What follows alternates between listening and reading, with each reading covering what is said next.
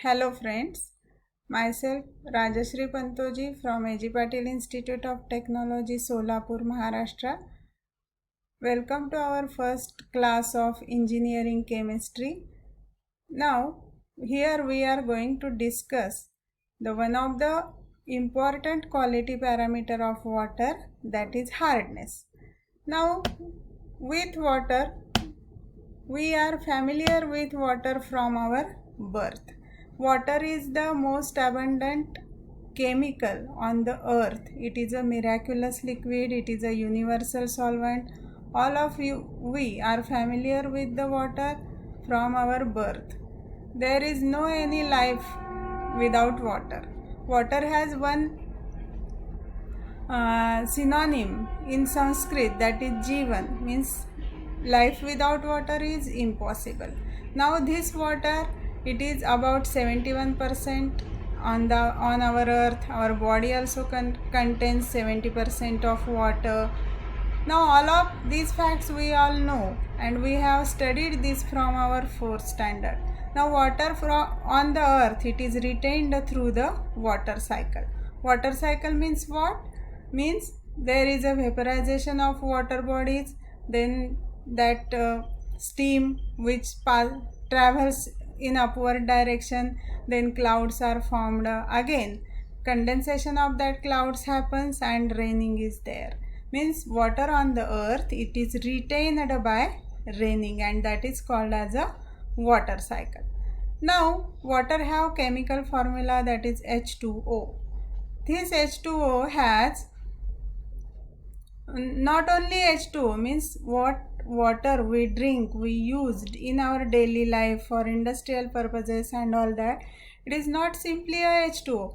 It is associated with many of the other chemicals, gases. As I told you, water is a universal solvent, and all the gases and many salts, minerals, they are got dissolved in the water. Now when there is a condensation of cloud, downward journey of water starts, then what happens? Gases from the air, that is carbon dioxide, oxygen, sulfur dioxide, nitrogen dioxide, all these gases which are present in our atmosphere, those are going to dissolve in the water. Then again this water flows on the surface. Then what happens? Whatever the soil contains, means it is a form of different minerals, and those are also going to get dissolved in the water, and so we obtain the water with many salts, means that water is contaminated with different salts and gases, and due to that it acquires many quality parameters. Now we have experienced different tests of water according to area. Why this happens? Due to these minerals. Now one of the important quality parameter I told you, that is hardness. Now what is this hardness? How we can test in our daily life? It is so simple. You may have tested all this, but we don't know that is called as a hardness. All of we use soap in our homes for domestic purpose, for washing purposes and all that. Nowadays, due to this COVID-19, we have to wash our hands frequently, means after 1 hour, with the any soap for 20 minutes. All of you have known this fact. Now what happens when we use soap with water? If lather forms immediately, lather form in a large extent, then that type of water is called as a soft water. When soap is applied, water is applied, but there is a difficulty in formation of lather. For first time there is a curd like PPT, then it is called as a hard water. Means we can distinguish like this, that soap test means when lather is formed easily, then that water is called as soft water. When there is a difficulty in formation of lather, then that is called as a hard water. Now definition of hardness of water can be defined as property of water to form an insoluble curd with soap instead of lather. In other words, It is the soap destroying property due to the presence of bicarbonate, sulfates and chlorides of calcium and magnesium. Recently I told you when downward journey of water starts, then what happens? Many types of minerals get dissolved in the water. Means through river water flows, ponds and all that. Means here calcium and magnesium salts means calcium bicarbonate, magnesium bicarbonate, calcium sulfate, magnesium sulfate, calcium chloride, magnesium chloride.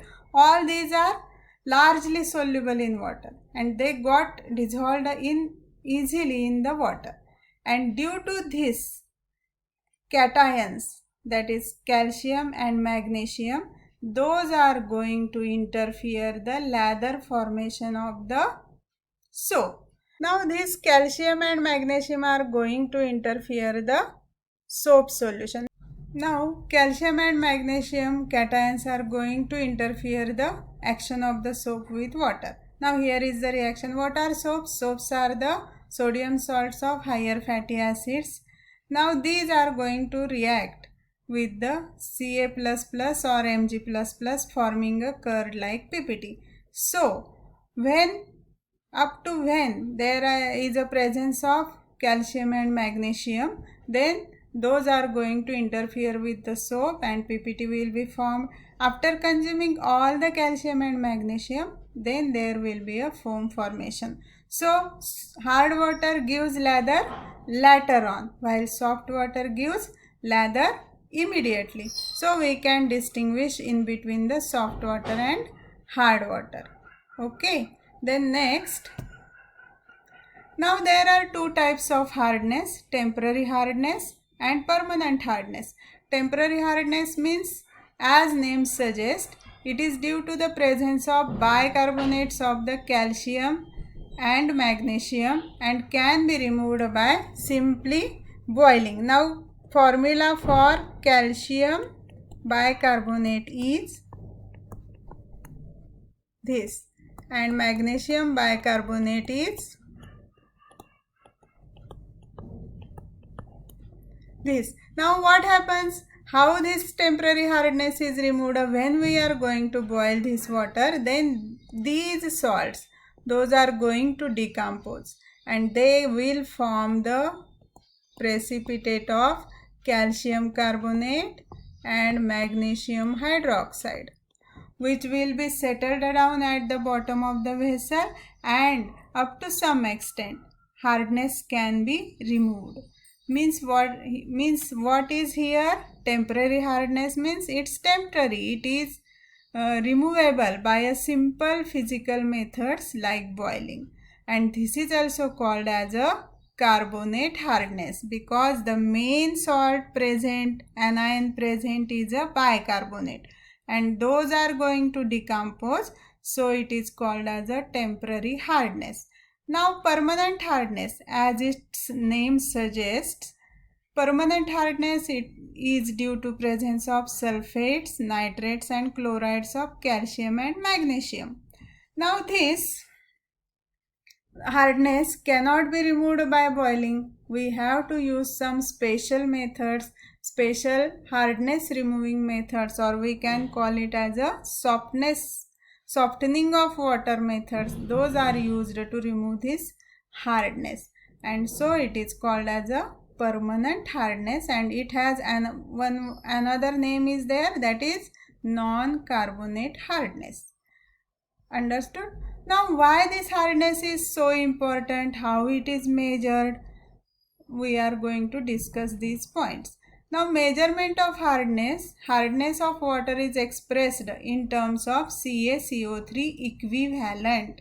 Means whatever the hardness causing salt may present in the water, either it may be calcium bicarbonate, magnesium bicarbonate, or calcium chloride, magnesium chloride, or sulfate, whatever may be present, but it can be expressed or it is expressed in the form of CaCO3 equivalent. Why this is so? Because CaCO3 is a totally insoluble salt. It is in the form of PPT. PPT means not PowerPoint presentation, but it is precipitate in the chemistry. Then it has the molecular weight, that is 100, and 100 is a magical figure. For calculation it is so easy. So each type of hardness, that is due to calcium chloride, magnesium sulfate, calcium sulfate, bicarbonates, those all are converted into CaCO3, and the hardness of the water is measured in the terms of calcium carbonate equivalent. Now how it is measured? What are the units? First unit or worldwide used unit is parts per million. What is meant by parts per million? It is shortly written as a 1 ppm. Now 1 ppm means what? 1 part of CaCO3 present in a 10 raised to 6 parts of the water. Then it is termed as a 1 ppm hardness. If I replace this 1 by 200 means what? There are 200 parts of calcium carbonate in 10 raised to 6 parts of water. Then what happen? Then that will be 200 ppm hardness. Okay, this is the worldwide used unit, and it is widely used. Another one is same unit, that is it is called as milligram per liter, means 1 milligram of calcium carbonate present in 10 raised to 6 milliliters of water. Now two more units are there. One is called as degree French. 1 part of calcium carbonate in 10 raised to 5 parts of water, while 1 degree Clerk means 1 part of CaCO3 in 70,000 parts of water. Now these latter two units, they are not used so widely. Their use is restricted, but first two units, they are used to measure hardness, and those are widely used units. We discussed about the units of the hardness. Now as there are two sides of coins, like that hardness have some advantages as well as disadvantages. Now advantages of hardness means there is no any evidence by drinking hard water some problem is there until now. Some advantages that may be discussed as follows. There is a reduced prevalence of arteriosclerosis heart disease, degenerative heart disease, sudden death due to cardiac arrest, hypertension, and tetany. Means hardness reduces all these risks up to some extent. There are some disadvantages of hardness also. They are in the form of economic loss of community and a country at large, such as more consumption of soaps and detergents. As we discussed, that hard water consumes soap, or it is a soap destroying property. Hardness is a soap destroying property. So in the industries like laundry industry, clothing industry, dyeing industry, lots of soap is used there, and there the consumption of soap is increased, and this may cause to the economic loss. Then more consumption of fuel due to scaling formation in the boilers in the industry. Now in various industries like sugar industries, steam industries, boilers are used where water is continuously in a boiling stage. What happens? The salts, they get precipitated, they form a layer in inner side of the boilers, and these layers, those are bad conductors of heat, and so to heat the water inside the boiler we need more fuel, and thus the fuel consumption is increased due to hard water. Again, this hard water causes discoloration of food, means whatever the cations, anions are present are associated with the water, they cause discoloration of the food. Now short life of cloth due to deposition of salt in the fabrics. Means what? Here we use soap, then there is a precipitate which accumulate on the clothes, and life of cloth is reduced.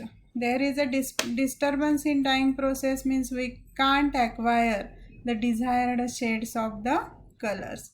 and due to hard water prices of products is increased, life is decreased, cisterns and pipe they are also got coated inside with the hardness causing salts, and due to that the life of that cisterns and pipes are decreased. These are some of the disadvantages of the water. The main disadvantage of water is scaling and sludge formation, which disturbs the life of the boilers. There is a threat of explosion of boilers. So it is necessary to use less hard water or water with low hardness in various industries. Now this hardness we have discussed about the units, what are the advantages and disadvantages. Now how this can be measured, how we can come to know what is the hardness of the given water sample. Now in laboratory we can estimate this hardness by EDTA method. Now what is meant by EDTA? EDTA is a complex or it is a salt, that is ethylene diamine tetraacetic acid. Now it is the most reliable method, can be performed in laboratory with simple titration glassware. Both type of hardness can be determined.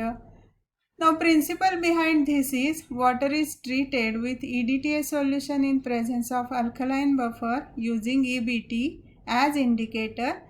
Then what happens? Whatever the amount of EDTA is consumed by the water, that amount of EDTA, with the help of that ml of EDTA we can calculate the hardness of the water.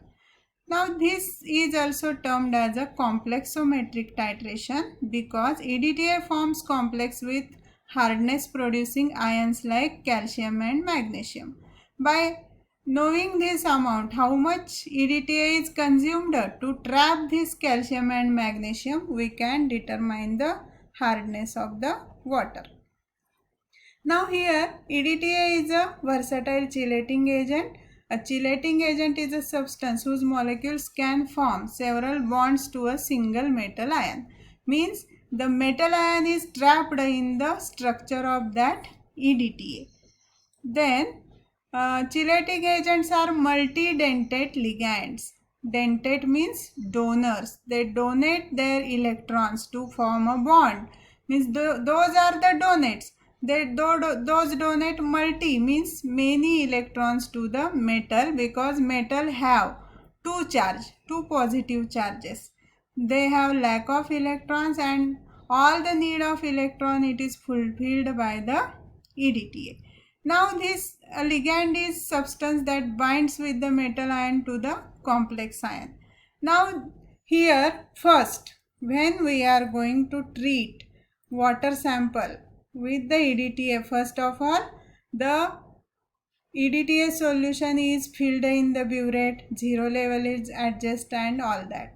You have performed many titrations and you know the procedure of that titration. Means we have to take one liquid in a burette while second liquid which is under examination it is taken in a conical flask.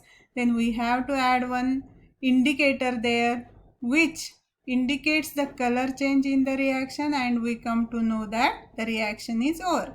Now here in this EDTA titration we are going to fill EDTA in the burette. Then in conical flask 50 ml of water sample is taken. Then Erichrome black tea, it is a blue dye and it is used as an indicator in this type of titration. Now what happens? Though it is a blue dye, the water do not get a blue color. Why? Because there is a presence of cations like calcium and magnesium. What happens then? This EBT, Erichrome black tea, reacts with calcium and magnesium to form a unstable complex which is wine red in color, and this complex is formed in the conical flask at the first. Now this reaction is favorable at the basic pH, that is the solution having pH 10. So we have to add buffer solution of 10 pH about 1 test tube in the conical flask. Now our conical flask content have our water sample, EBT means Erichrome black tea, 1 to 2 ml, and 1 test tube of buffer solution is there. Now our liquid acquires what? Wine red color, which is due to the unstable complex of EBT and calcium or magnesium. Now when we are going to add ml by ml EDTA solution, then what happens? Every substance or every matter have the search of that stability, means it needs stability. We have discussed that first unstable complex is formed. Now this complex needs stability, and what happens? Then EDTA has a capacity to form a stable complex with the Ca and Mg. So all the ions, cations, that is calcium plus plus and magnesium plus plus, which are present in the hard water, they are trapped by the EBT first. They are in a wine red colored complex.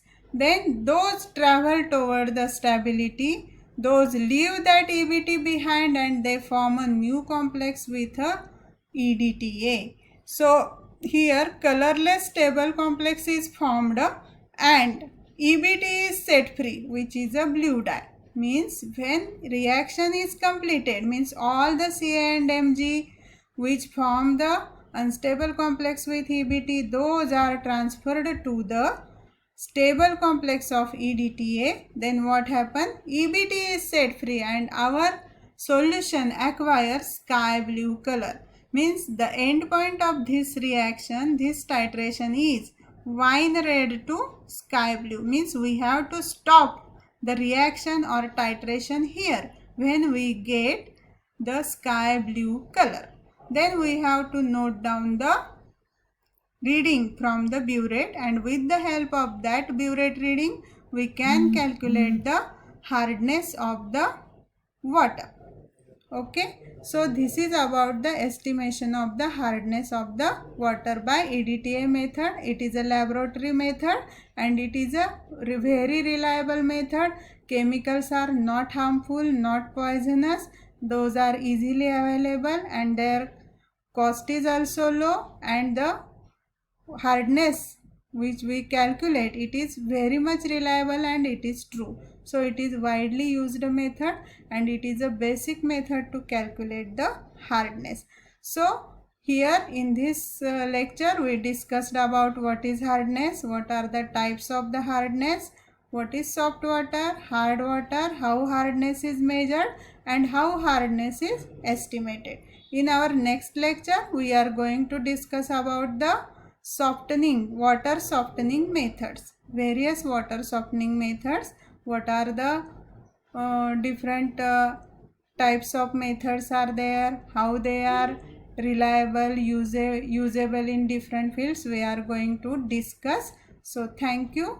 If any difficulty is there, you can mail me or you can message me on the link given below. Thank you.